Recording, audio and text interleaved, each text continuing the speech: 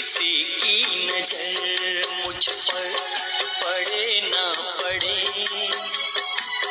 प्रभु की नजर का हुआ है असर। किसी की नजर मुझ पर पड़े। ओम शांति। 10 दिसंबर 2025। बाबा के महावाक्य। मीठे बच्चे, चैरिटी बिगिंस एट होम, अर्थात पहले खुद आत्म अभिमानी बनने की मेहनत करो, फिर दूसरों को कहो। आत्मा समझकर आत्मा को ज्ञान दो तो ज्ञान तलवार में जौहर आ जाएगा। प्रश्न: संगम युग पर किन 2 बातों की मेहनत करने से सतयुगी तख्त के मालिक बन जाएंगे? उत्तर: पहला, दुख सुख निंदा स्तुति में समान स्थिति रहे, यह मेहनत करो।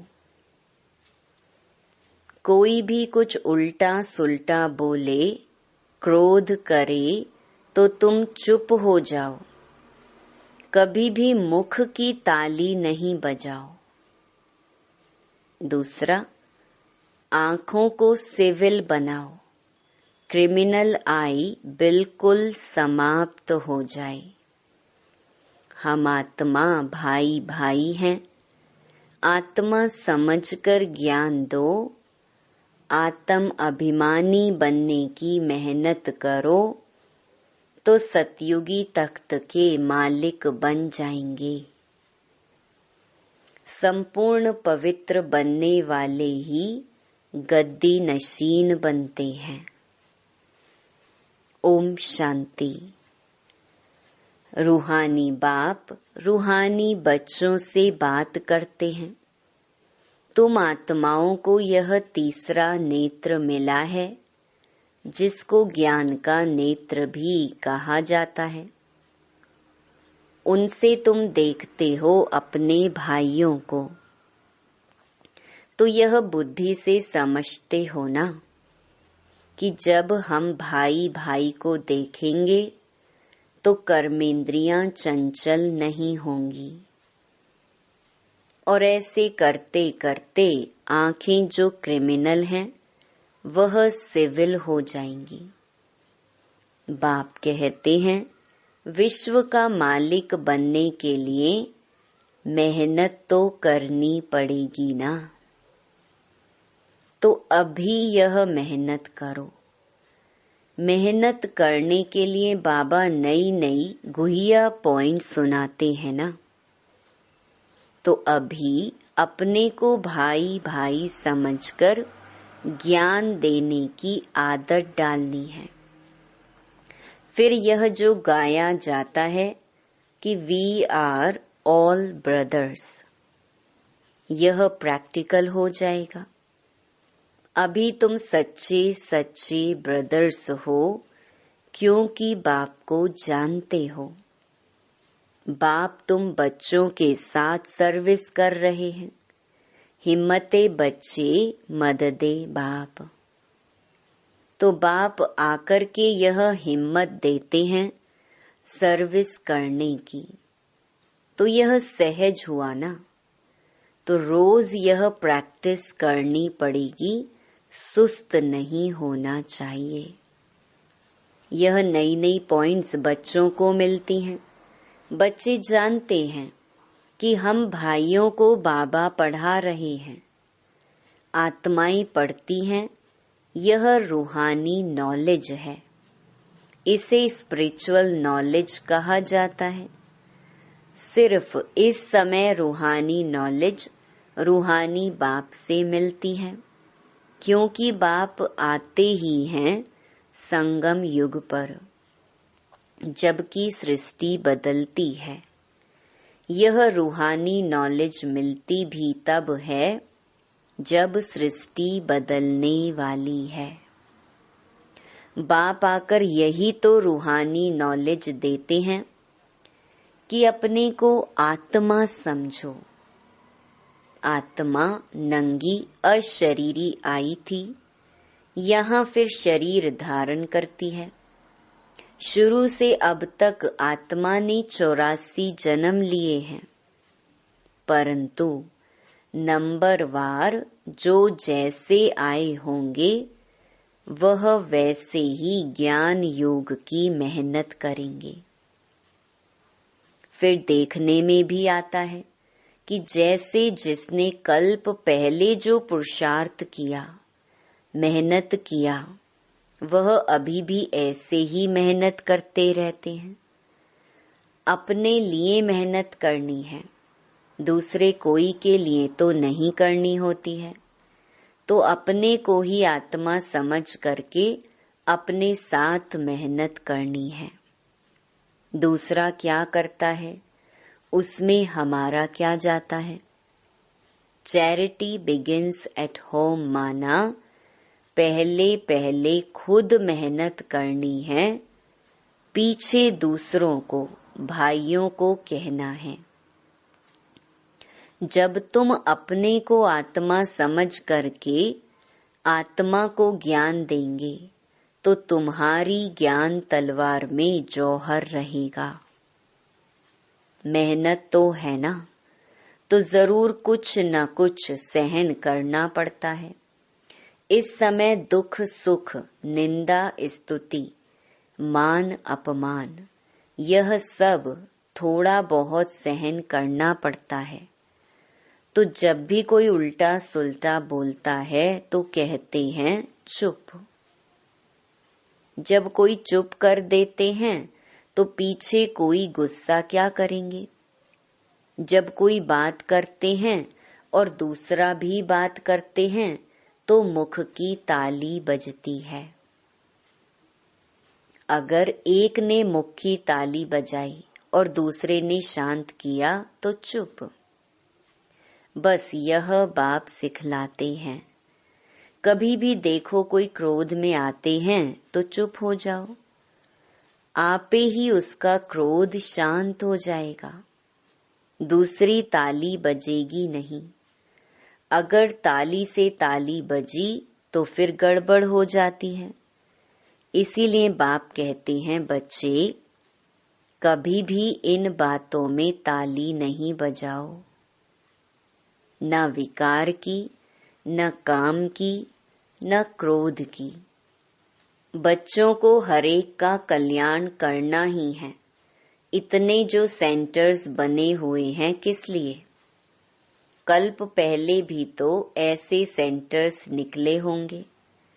देवों का देव बाप देखते रहते हैं कि बहुत बच्चों को यह शौक रहता है कि बाबा सेंटर्स खोलूं। हम सेंटर खोलते हैं, हम खर्चा उठाएंगे। तो दिन प्रतिदिन ऐसे होते जाएंगे, क्योंकि जितना विनाश के दिन नजदीक होते जाएंगे उतना फिर इस तरफ भी सर्विस का शौक बढ़ता जाएगा।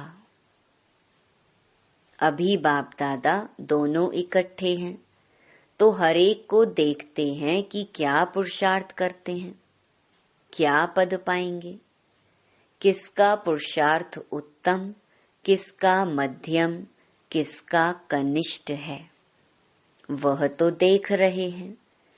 टीचर भी स्कूल में देखते हैं कि स्टूडेंट किस सब्जेक्ट में ऊपर नीचे होते हैं। तो यहाँ भी ऐसे ही है। कोई बच्चे अच्छी तरह से अटेंशन देते हैं तो अपने को ऊंचा समझते हैं। कोई समय फिर भूल करते हैं, याद में नहीं रहते हैं तो अपने को कम समझते हैं। यह स्कूल है ना। बच्चे कहते हैं बाबा हम कभी कभी बहुत खुशी में रहते हैं, कभी कभी खुशी कम हो जाती है। तो बाबा अभी समझाते रहते हैं कि अगर खुशी में रहना चाहते हो तो मन मना भव। अपने को आत्मा समझो और बाप को भी याद करो। सामने परमात्मा को देखो तो वो अकाल तख्त पर बैठा हुआ है। ऐसे भाइयों की तरफ भी देखो। अपने को आत्मा समझ करके फिर भाई से बात करो। भाई को हम ज्ञान देते हैं, बहन नहीं, भाई भाई। आत्माओं को ज्ञान देते हैं। अगर यह आदत तुम्हारी पड़ जाएगी तो तुम्हारी जो क्रिमिनल आई है, जो तुमको धोखा देती है, वह आहिस्ते आहिस्ते बंद हो जाएगी। आत्मा आत्मा में क्या करेगी? जब देह अभिमान आता है तब गिरते हैं। बहुत कहते हैं बाबा हमारी क्रिमिनल आई है। अच्छा, क्रिमिनल आई को अभी सिविल आई बनाओ। बाप ने आत्मा को दिया ही है तीसरा नेत्र। तीसरे नेत्र से देखेंगे तो फिर तुम्हारी देह को देखने की आदत मिट जाएगी। बाबा बच्चों को डायरेक्शन तो देते रहते हैं। इनको, ब्रह्मा को भी ऐसे ही कहते हैं। यह बाबा भी देह में आत्मा को देखेंगे। तो इसको ही कहा जाता है रूहानी नॉलेज। देखो पद कितना ऊंच पाते हो। जबरदस्त पद है, तो पुरुषार्थ भी ऐसा करना चाहिए। बाबा भी समझते हैं कल्प पहले मुहाफिक सबका पुरुषार्थ चलेगा। कोई राजा रानी बनेंगे, कोई प्रजा में चले जाएंगे। तो यहाँ जब बैठकर निष्ठा योग भी करवाते हो तो अपने को आत्मा समझ करके दूसरे की भी भ्रकुटी में आत्मा को देखते रहेंगे तो फिर उनकी सर्विस अच्छी होगी। जो देही अभिमानी होकर बैठते हैं वो आत्माओं को ही देखते हैं। इसकी खूब प्रैक्टिस करो। अरे ऊंच पद पाना है तो कुछ तो मेहनत करेंगे ना। तो अभी आत्माओं के लिए यही मेहनत है। यह रूहानी नॉलेज एक ही दफा मिलती है और कभी भी नहीं मिलेगी, न कलयुग में न सतयुग में, सिर्फ संगम युग में, सो भी ब्राह्मणों को। यह पक्का याद कर लो। जब ब्राह्मण बनेंगे तब देवता बनेंगे। ब्राह्मण नहीं बने तो फिर देवता कैसे बनेंगे? इस संगम युग में ही यह मेहनत करते हैं।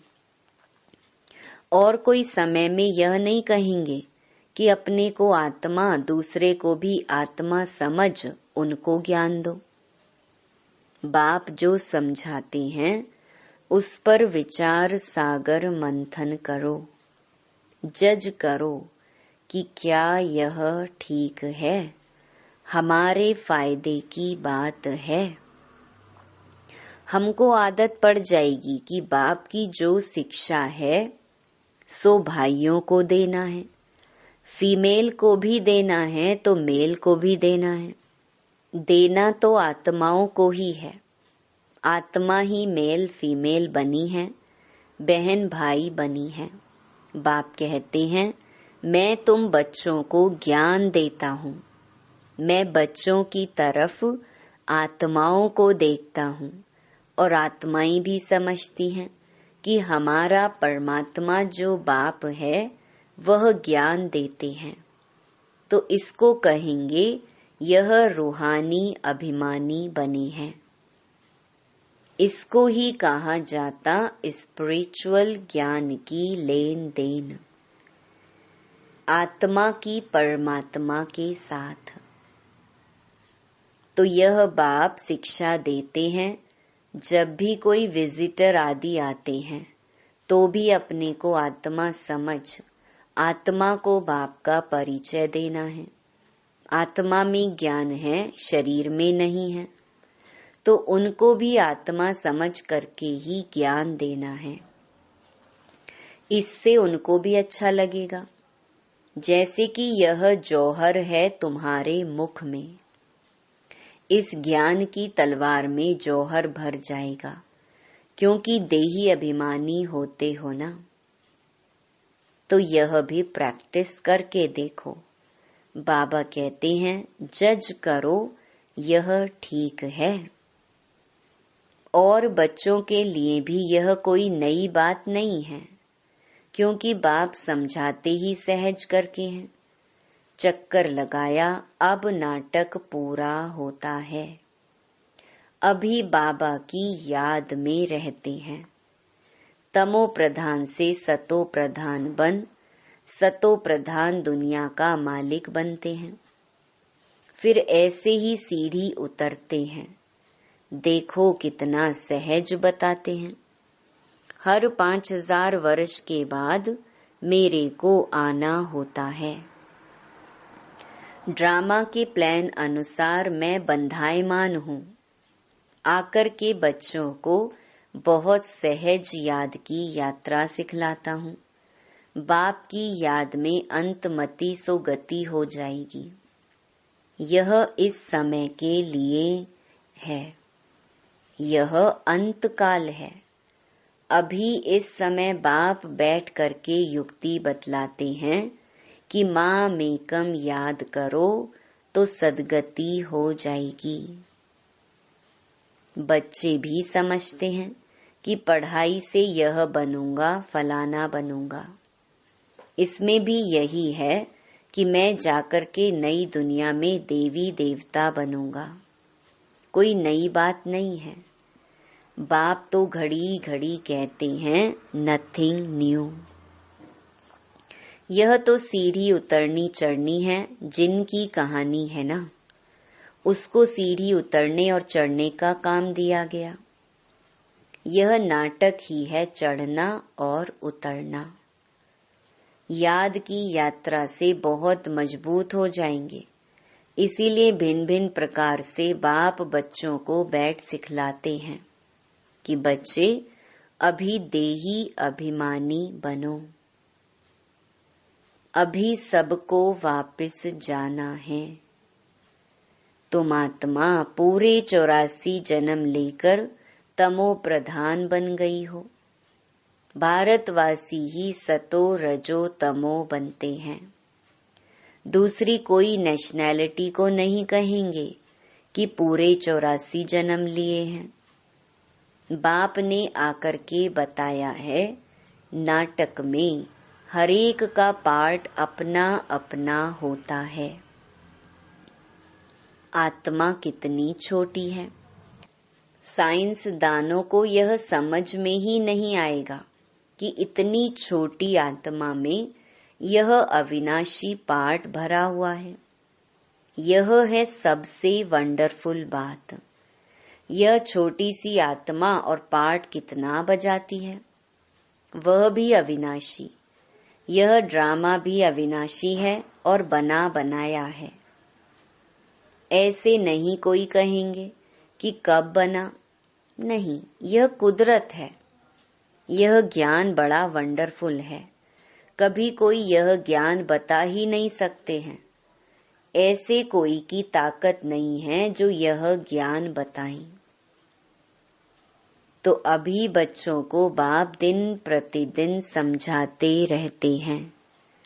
अभी प्रैक्टिस करो कि हम अपने भाई आत्मा को ज्ञान देते हैं, आप समान बनाने के लिए, बाप से वर्षा लेने के लिए, क्योंकि सब आत्माओं का हक है।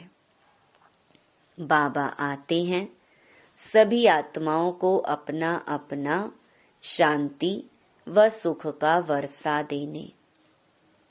हम जब राजधानी में होंगे तो बाकी सब शांति धाम में होंगे। पीछे जय जयकार होगी, यहाँ सुख ही सुख होगा। इसीलिए बाप कहते हैं पावन बनना है। जितना जितना तुम पवित्र बनते हो उतना कशिश होती है। जब तुम बिल्कुल पवित्र हो जाते हो तो गद्दी नशीन हो जाते हो। तो यह प्रैक्टिस करो। ऐसे मत समझना कि बस यह सुना और कान से निकाला। नहीं, इस प्रैक्टिस बिगर तुम चल नहीं सकेंगे। अपने को आत्मा समझो, वह भी आत्मा भाई भाई को बैठकर समझाओ। रूहानी बाप रूहानी बच्चों को समझाते हैं। इसको कहा जाता है रूहानी स्पिरिचुअल नॉलेज। स्पिरिचुअल फादर देने वाला है। जब चिल्ड्रन पूरा स्पिरिचुअल बन जाते हैं, एकदम प्योर बन जाते हैं, तो जाकर सतयुगी तख्त के मालिक बनते हैं। जो प्योर नहीं बनेंगे वो माला में भी नहीं आएंगे। माला का भी कोई अर्थ तो होगा ना। माला का राज दूसरा कोई भी नहीं जानते हैं। माला को क्यों सिमरते हैं? क्योंकि बाप की बहुत ही मदद की है, तो क्यों नहीं सिमरे जाएंगे। तुम सिमरे भी जाते हो, तुम्हारी पूजा भी होती है और तुम्हारे शरीरों को भी पूजा जाता है, और मेरी तो सिर्फ आत्मा को पूजा जाता है। देखो, तुम तो डबल पूजे जाते हो, मेरे से भी जास्ती। तुम जब देवता बनते हो तो देवताओं की भी पूजा करते हैं, इसीलिए पूजा में भी तुम तीखे, यादगार में भी तुम तीखे और बादशाही में भी तुम तीखे। देखो तुमको कितना ऊंचा बनाता हूँ। तो जैसे प्यारे बच्चे होते हैं, बहुत लव होता है, तो बच्चों को कूल्हे पर, माथे पर भी रखते हैं। बाबा एकदम सिर पर रख देते हैं। अच्छा, मीठे मीठे सिकिलधे बच्चों प्रति मात पिता बाप दादा का याद प्यार और गुड मॉर्निंग। रूहानी बाप की रूहानी बच्चों को नमस्ते। धारणा के लिए मुख्य सार। पहला, गायन और पूजन योग्य बनने के लिए स्पिरिचुअल बनना है। आत्मा को प्योर बनाना है। आत्म अभिमानी बनने की मेहनत करनी है। दूसरा, मन मनाभव के अभ्यास द्वारा अपार खुशी में रहना है। स्वयं को आत्मा समझकर आत्मा से बात करनी है। आँखों को सिविल बनाना है। वरदान, मास्टर रचयिता की स्टेज द्वारा आपदाओं में भी मनोरंजन का अनुभव करने वाले संपूर्ण योगी भव। मास्टर रचयिता की स्टेज पर स्थित रहने से बड़ी बड़ी आपदा एक मनोरंजन का दृश्य अनुभव होगी। जैसे महाविनाश की आपदा को भी स्वर्ग के गेट खुलने का साधन बताते हो, ऐसे किसी भी प्रकार की छोटी बड़ी समस्या व आपदा मनोरंजन का रूप दिखाई दे, हाय हाय के बजाय ओहो शब्द निकले, दुख भी सुख के रूप में अनुभव हो। दुख सुख की नॉलेज होते हुए भी उसके प्रभाव में ना आए। दुख को भी बलिहारी सुख के दिन आने की समझें, तब कहेंगे संपूर्ण योगी। स्लोगन, दिल तख्त को छोड़ साधारण संकल्प करना, अर्थात धरनी में पांव रखना। अव्यक्त इशारे। अब संपन्न व कर्मातीत बनने की धुन लगाओ। कर्म करते तन का भी हल्कापन, मन की स्थिति में भी हल्कापन। कर्म की रिजल्ट मन को खींच ना ले। जितना ही कार्य बढ़ता जाए, उतना ही हल्कापन भी बढ़ता जाए। कर्म अपनी तरफ आकर्षित नहीं करे, लेकिन मालिक होकर कर्म कराने वाला करा रहा है और करने वाले निमित्त बनकर कर रहे हैं।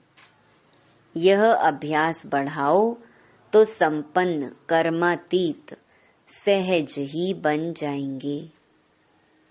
अच्छा, ओम शांति।